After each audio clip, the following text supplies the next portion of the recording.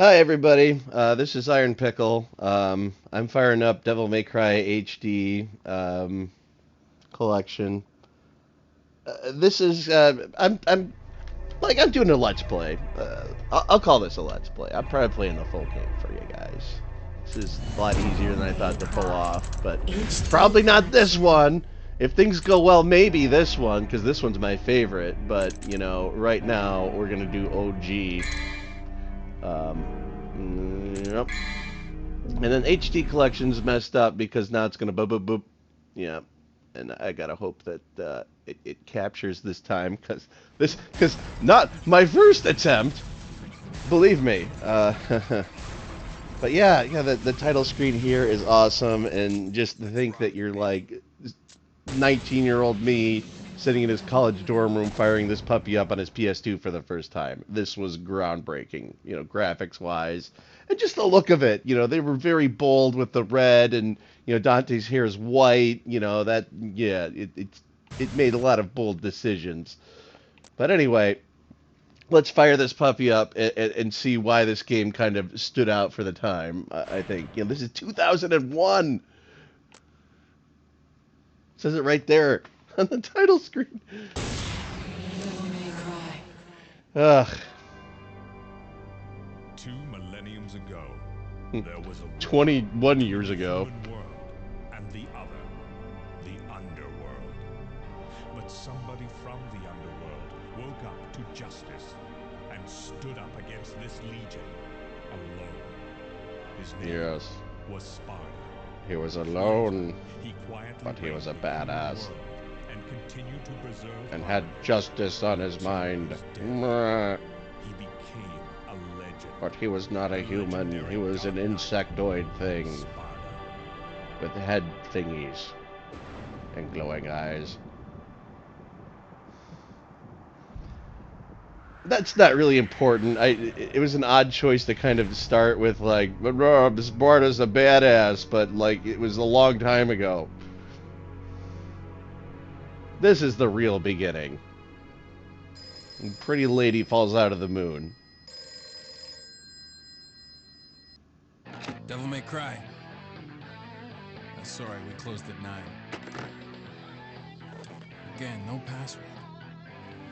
I can't seem to get any real business. Uh-oh.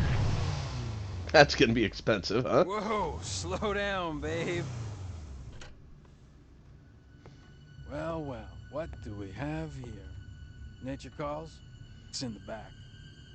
Yep, she crashed through your door because she needed to take a shit. So, you must be the handyman who'll take any dirty job. Am I correct? Almost. I only take special jobs. If you know what I mean. That's a risque poster. You're the man who lost a mother and a brother to evil 20 years ago.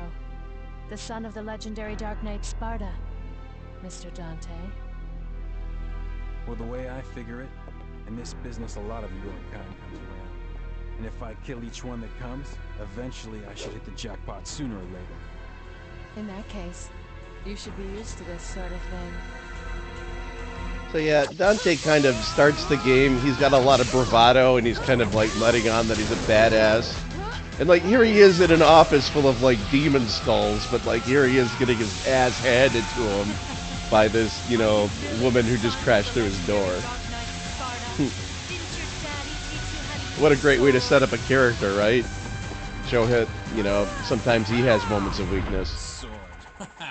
Time to go to work, guys. Uh-oh.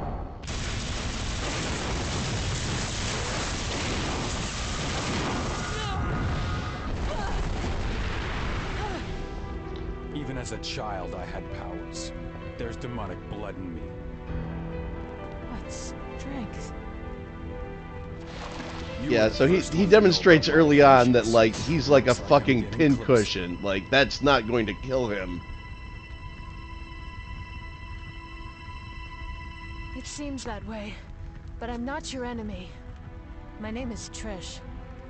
I came here to seek your help, to put an end to the underworld. What?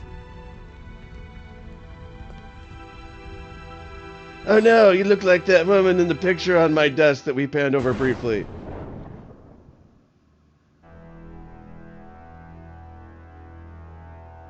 20 years ago, Mundus, the Emperor of the Underworld, resurrected. And now the exposition that explains why you're on Resident Evil Island for some reason. He's attempting to gain control of the human world. But not in a Resident Evil game. He's been preparing to open the gate on Malay Island.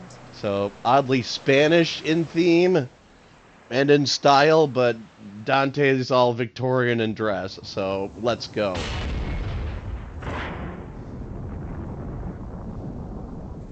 Although that looks like a leather overcoat. God, he looks so cool. I wish I could pull off red pants. Come on, let's go. Well, here we are once again on the overworld. Probably, if you remember this from chapter 1, so I'm not going to go over it, but, you know, if you press square or X, because I'm using an Xbox controller, nothing happens. Dante's like, why are you doing that? But if you tell Dante to ready his guns and then push, if you aim, you shoot. If you don't aim, you don't shoot. And R1 is how you aim. But you can literally tap X all you want, and he's not going to shoot his guns because you're not aiming at anything. So that's a cool mechanic. He can also jump off of walls. So if you need to get a little higher, just find a wall, and you can boop, boop. Okay. So you can do, like, cheeky bullshit, like maybe get on top of the ruins here, but I'm not doing, like, 100% find all the secrets, show you how good I am at, you know, video games. This is just a casual playthrough while, you know, I gush about my favorite game ever. But yeah, I know about the blue Orby up here. I'm not an idiot. Yep. But I do lack control. Oh my god. Like, I was able... It's literally, like, there we go. Very easy to get on this bridge. I don't know why that took so long. But there's, like, more secrets and bullshit if you, like, want to explore here. But I think this area exists just to get the player, like, used to the controls, because you're not going to see a tutorial here. Like, there's no tutorial, Chan, to tell you how to have fun with this game. If you didn't figure your shit out right there, you're going to be woefully unprepared for your first fight. And this is the start of the game, Mission 1. Now we're being graded.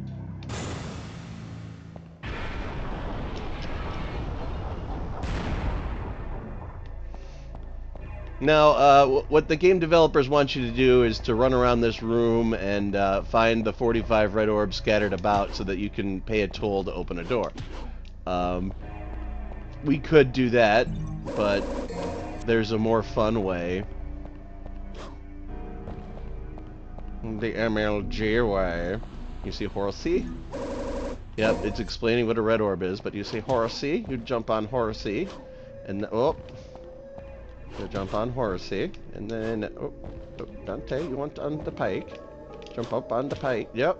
No, Dante, don't jump off the pike, you just want to jump on it, yes. Oh. In the first chapter, I literally got it like, yeah, there we go. Boop. And that's what you do if you're speedrunning or you're like, game developers, I don't need your bullshit. Just let me pass the door. And they're like, I like that they left that in there. You know, the warp pipes. Ooh, destructible environments. I get rewarded for that. That was actually rather new, but like now it's like indestructible environments. That's not realistic. But it's kind of inconsistent what he can break and what he can't, and like the stuff you can break like really stands out. Like you'll see these weapon holsters everywhere, and like probably this exact table like everywhere. And there's just little Orbeez in them, and you wanna collect them because the more Orbeez you get, the more shit you can buy. And we're capitalists. Dante's an American. And he needs to buy upgrades.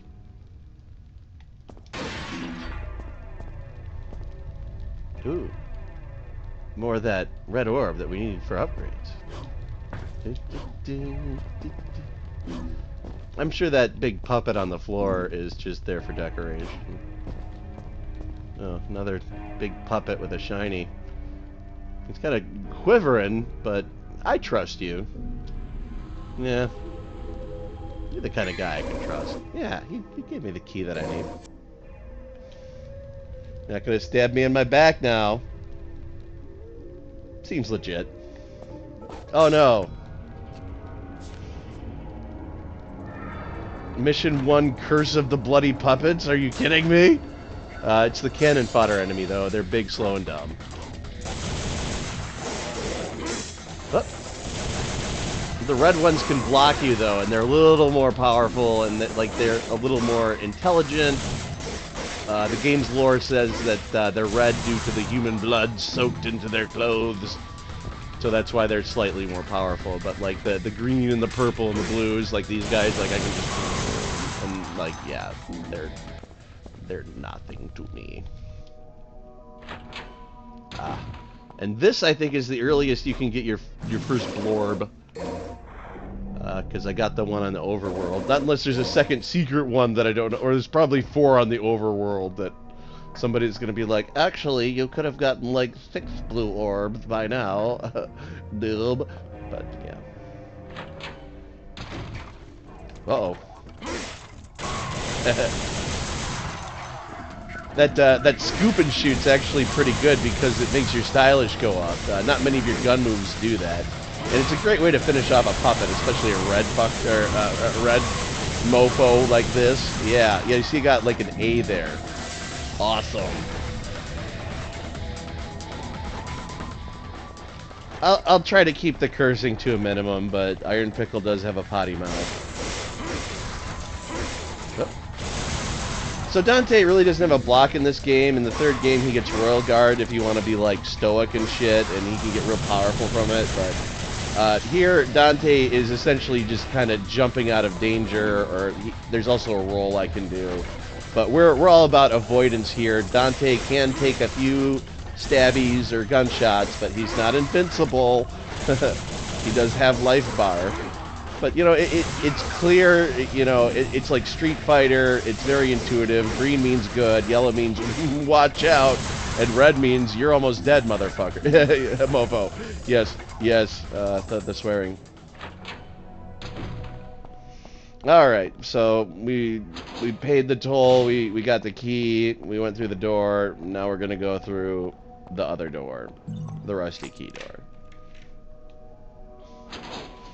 Now, the goal of Mission 1 is to go through this door here, but it's closed off to us, and there's another blorb up here. Now, this is where you get, like, your Mission 1 full blue orb. Like, congratulations, you knew where the first 4 blue orbs were hidden.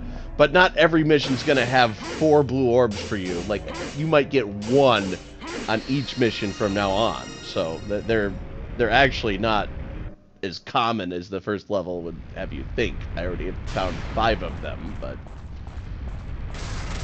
you know how things be. This is like the first real fight here with, you know, they're like, oh, a lot of puppets here in the middle, but, you know, like I said, these are the cannon fodder enemies. I'm a normal difficulty. It's not going to be difficult for me to just kind of thrash these bros. Commentary might get a little sparse during, like, combat and shit. You know, I would need a co-pilot to really do the full LP experience for you, and I don't have one of those. And, you know, it's like, you know, I'm playing sports. Like, you know, my mind has to send signals to my fingers, and I have to make good decisions.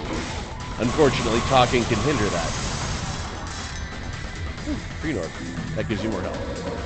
And generally you get them when you're being a badass, too. If you're getting your ass kicked, they usually don't show up for you to like, hold your hand. This game does not hold your hand, by the way. It's very unforgiving if you don't know the mechanics. And even if you do, if you're just like, hack and slash, you're not going to be very stylish. And the game wants you to do this in style. So like, oh, and he was gonna put me in strings there. That attack. That's pretty rare for them to do that. But I think there's a hidden difficulty scale where even I'm on the normal difficulty, like the developers will be like, oh, you're kind of a badass, and like throw more puppets at me, or like sometimes there's one with a gun that shows up here if you do really well. So the developers had badasses in mind when they created this game too. It's just very ahead of its time. with the way, like if you suck at it, it's like, oh, we're gonna give you easy mode. But if you're good, it's like, ooh, we're gonna give you hidden, normal, badass difficulty. You know, that kind of game.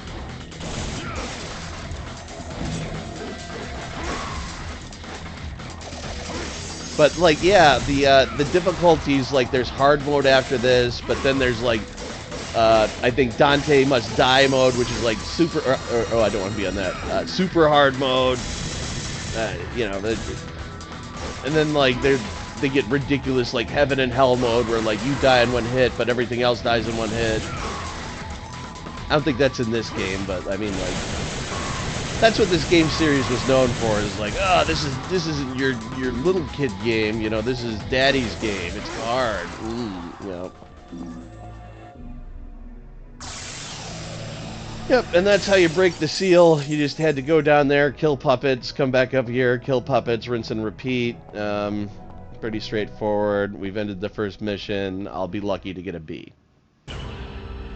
Yep. Took 8 minutes this time. Got a lot of orbs, though. Yep, you took your time, but you were a badass. B. 200 orbs is nothing to sneeze at. I can buy a blorb for the next mission. Now, I'm going to just roll on into mission 2 because, like, the first chapter was just kind of, you know, that was my pilot episode. This is, like, the first real one. So we're going to do 1 and 2, maybe even 3. Yeah, I'll try to go up to Phantom if this is going well. And then I'll realize that, like, the audio was messed up or something about this recording is going to be wrong, and I'll have to re-record this again. But it really doesn't take a whole lot of my time to do crap like this. If somebody gets enjoyment out of it, I want you to have a good time. The Judge of Death opened the door of the cathedral. Now, Dante gets to power up between missions, but since this is mission 2, he only has the option of extra. Now here, you can buy consumables like these Devil Stars, Vital Stars, Holy Waters, Untouchables, but then you can buy permanent upgrades called Blue Orbs and Purple Orbs. We'll get to Purple Orbs later. Blue Orbs, or Blorbs, they come in quarters, and I can find them in the environment, and if I get 4 of them, I get a full one for free, and that gives me a little life bar upgrade. But I can also buy full ones here for a low price of 300 orbs. Red orbs.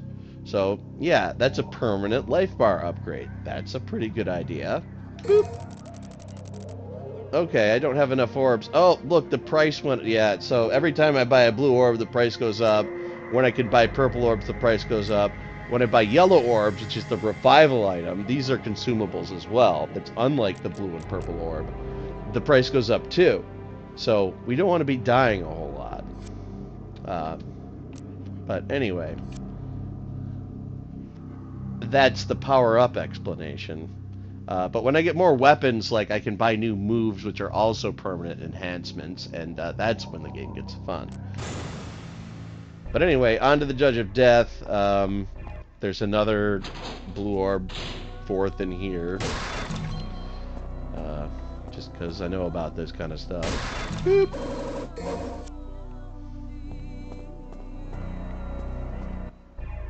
But no, like, you'd explore, if this is your first time playing, go into all the doors and smash all the things, but you'd get poor time ratings.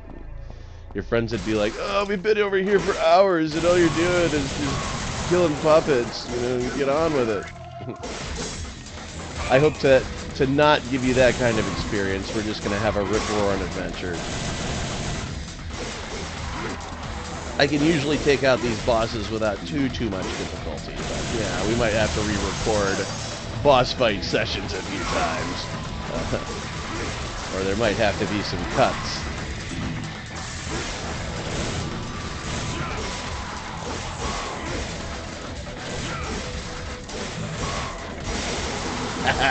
The stabby stab. Yeah, there's different combos you can do. Like if I pause, if I go 1, 2, pause, I can be like, and it's pretty badass, and it can do good combo. There's also another one where it's like he does a quick 5 hit, but that one's very hard for me to hit, especially in like the middle of combat. It's like a short pause. instead of a longer pause. So it's like 1, 2, 1, 2, 3. You know, instead of 1, 2.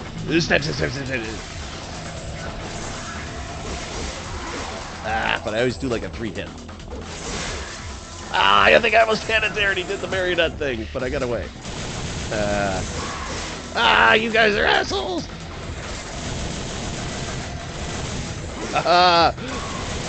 Surprise, mofo! There you go. Stop doing that! Oh. Yeah. They know my weakness now. But I blew you all with my guns. Now where's your friends? Oh,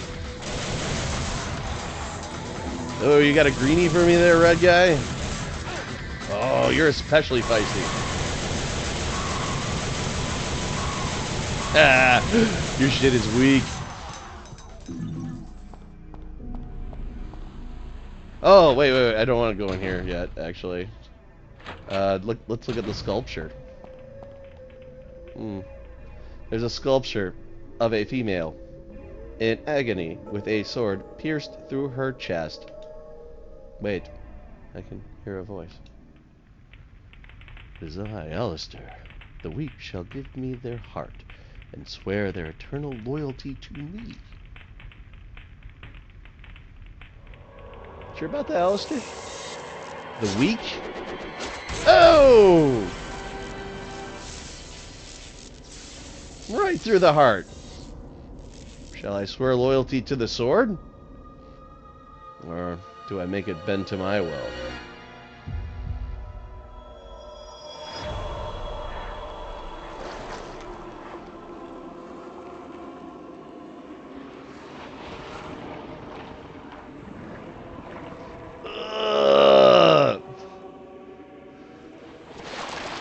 Look at all that gory shit. And this was 2001.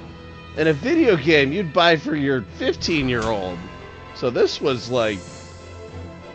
This gave kids nightmares. He's standing there before the judge of death, lifting the sword that stabbed him through the heart. And he's like, He-Man, ho!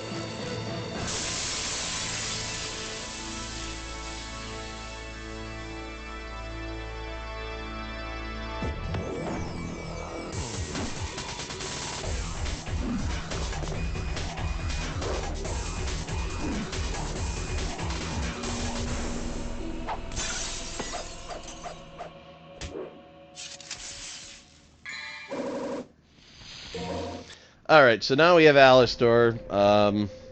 Alistair is the exact same as Force Edge. The exact same combos apply here. So 1, 2, da da da da da da da da da da da, and 1, 2, the one that I can never do. Okay. Yep, but I can show it off here now that I have Alistair. I think the timing is slightly different. Alistair and the Force Edge, but Alistair hits a little harder. I think it's just a tiny bit slower. But it has the lightning effect, and this is the sword that you use for pretty much the whole game. And it also gives you your first devil trigger. I have 3 there. That's where the purple orbs come in. A purple orb will give me another rune. The more damage I inflict, the more the runes will fill up. If I take damage, they'll fill up. If I taunt enemies, they'll fill up. But you do need to do stuff to make it fill up. But once you get at least 3, you can pop what is called devil trigger. That will make you regain health, you hit harder, and your guns are permanently charged up. Now, what does guns permanently charged up means? I can charge my gun up anytime now that I have Alistair. I can fill them with his lightning, and I can be like, bam, bam, bam. And that hits hard, and all the guns do that, including the, did I pick up the shot? Yeah, the shotgun that I just picked up will also do that. But yeah, things you can do. Anyway, let's take the rusty key we got from the creepy picture, and move on with our lives. He needs a staff. Oop. Screw you, puppet. Oh, thanks for the greenie. Yeah, we don't need to kill the puppets in this room, but maybe if we find puppets in this arena, it might be fun to fight them.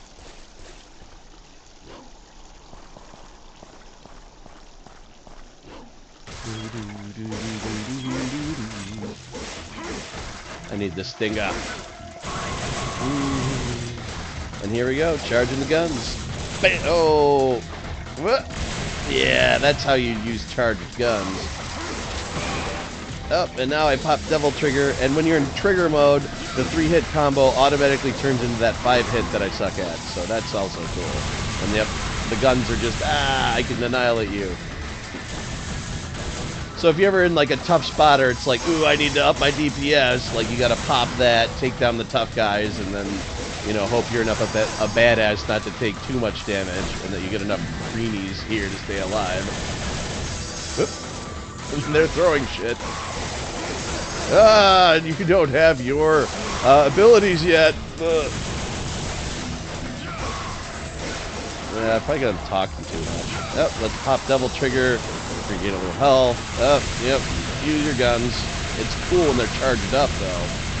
Yeah, it's just pretty much like, you want to throw your shit at me? Yeah. You're pretty much invincible. But you're not. You can take damage in Devil Trigger mode and die. But, like, yeah, you are, like, the very definition of invincible. Like, you cannot be knocked down. Your swings will hit, you know. You're unstoppable. Indomitable. But not immortal.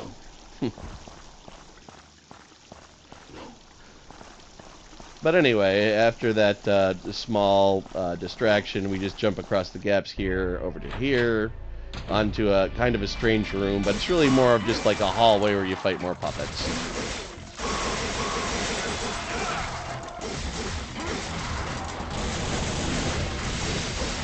And, you know, because I'm not at full health and I have full Devil Trigger, why not pop it, right? You know, you don't want to be stingy with it, but you also want to make sure you have trigger when you need trigger.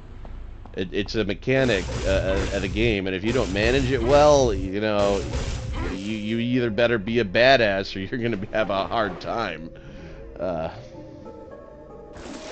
Ooh, you look like the Judge of Death on that door I can't open. Let's take your staff.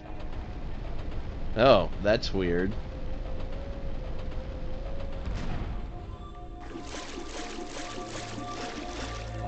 Oh, this room with the weird tree. Okay. So, yeah, that creepy painting's right outside this door. I'm not going to equip the shotgun for no reason.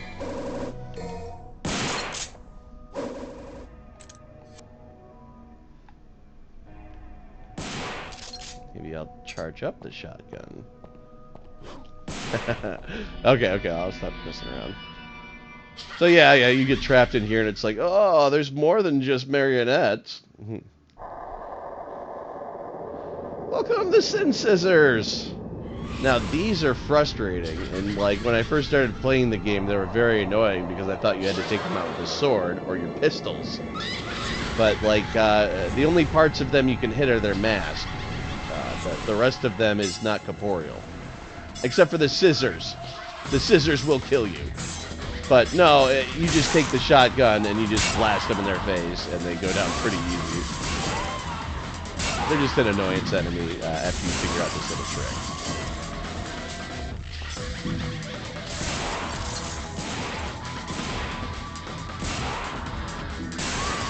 But it's kind of one of those things where, like, if you're prepared for it, like, they're easy as shit, but, you know, if you're caught with the wrong weapon out and, like, you have to fight, like, lizards or something, you'll see the lizard later, they're actually quite deadly. Those scissors hit hard, and there's a version that carries scythes later on that are a bit more active.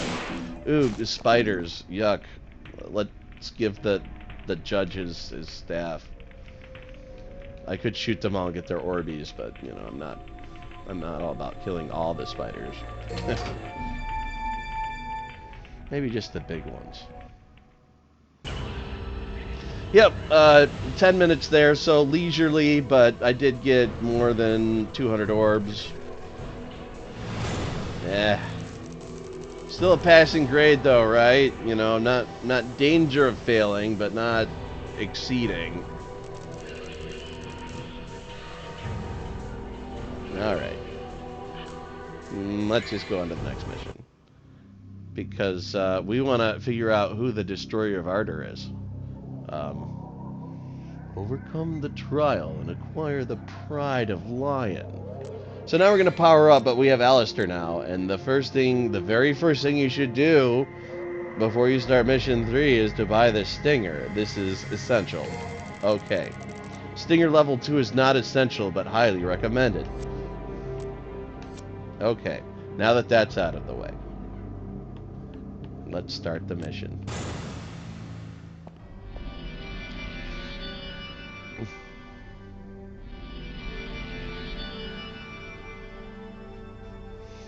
Yep, we're trapped in the room. There's this little tablet, and you know the columns are like arteries, and you know it's all like living architecture. This room is creepy as shit. All right, let's talk to the Pride of Lion that is only granted to those who choose the Path of Trials. Because I'm a Path of Trials kind of guy. So that's what you need to make the ghost hand go away, huh? Well, Pride of Lion, I guess I'll be back for you. Still got my shotty out, but Ebony and Ivory are usually my go-tos, especially when fighting puppets. But I can also kick ass with the shotgun, believe you me. But like other weapons I really don't do, like the grenade launcher, you can't really jump and shoot. And I don't know if there are any others, but like I'm pretty vanilla as far as, you know, Devil May Cry 1 goes with, you know, just my pistols, my shotty. Alistair and Ifrit, I'm probably better with Alistair, but Ifrit just feels good when you power it up. So I'm going to talk to the symbol of the lion. There was the staff there. I got the red orbs. But we're concerned about the lion. The lion's pride sent us over here. And we just read this tablet on this weird, you know, architecture and, you know, this, you know, whatever this is, because, you know, demonic shit is definitely going on here. Told me to just go back where I came from, you know, very mundane. He just kind of walked out onto this impossible space and saw this, and it said, oh, just go back. Oh, shit. Well, as they say, expect the unexpected. So I guess you're underwater here, but it's not really water physics. Dante's not floating and he can't swim, but he is losing health. Skulls. They bite you, but I have the shotgun. Oh, thanks for the green orb. Oh, and another green orb because I was in a place that made my health go away. Okay, that was weird, but it was probably like a test area that the devs wanted in the game or something, so bravo.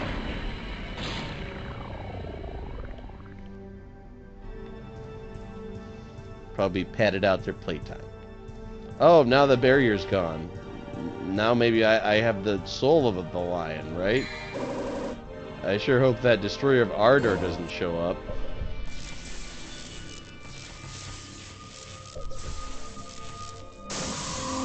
Oh, shit.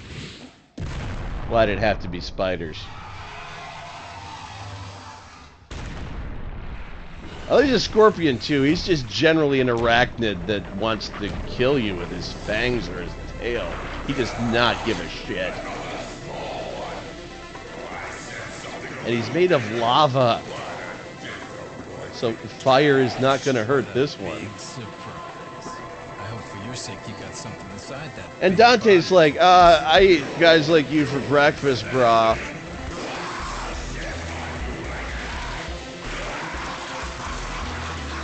God damn.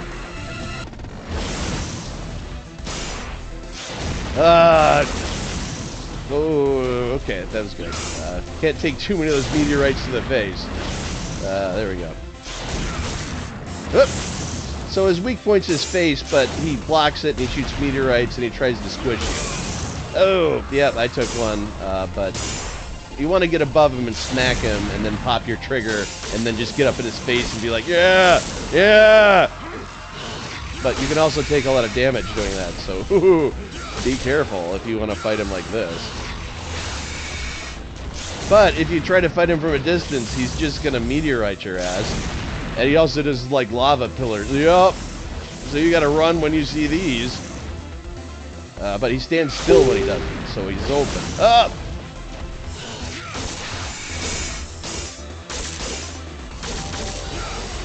So whacking him's usually not a bad idea because it fills your trigger gauge. And you generally want to go after him while you're popped because you take less damage when he jumps on you. And yeah, that's how you kill Phantom. But, whoa! He took me down to yellow, so that was not, you know...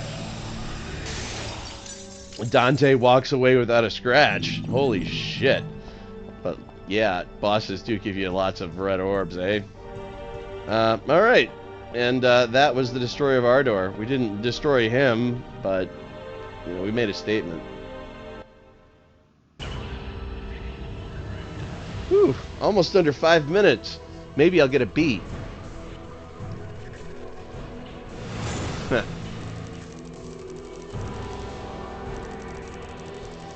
Where's the boss bonus? No, I didn't kill the boss. Why would you get a bonus? But anyway, I'm going to save it here. I'm going to go on number 9. Looks so fine. Yep, we're going to stop the recording here. We played the first 3 missions. We got the opening cutscene out of the way. So, you know, this is technically episode 2, but also the new episode 1. Let's hope the audio sounds good.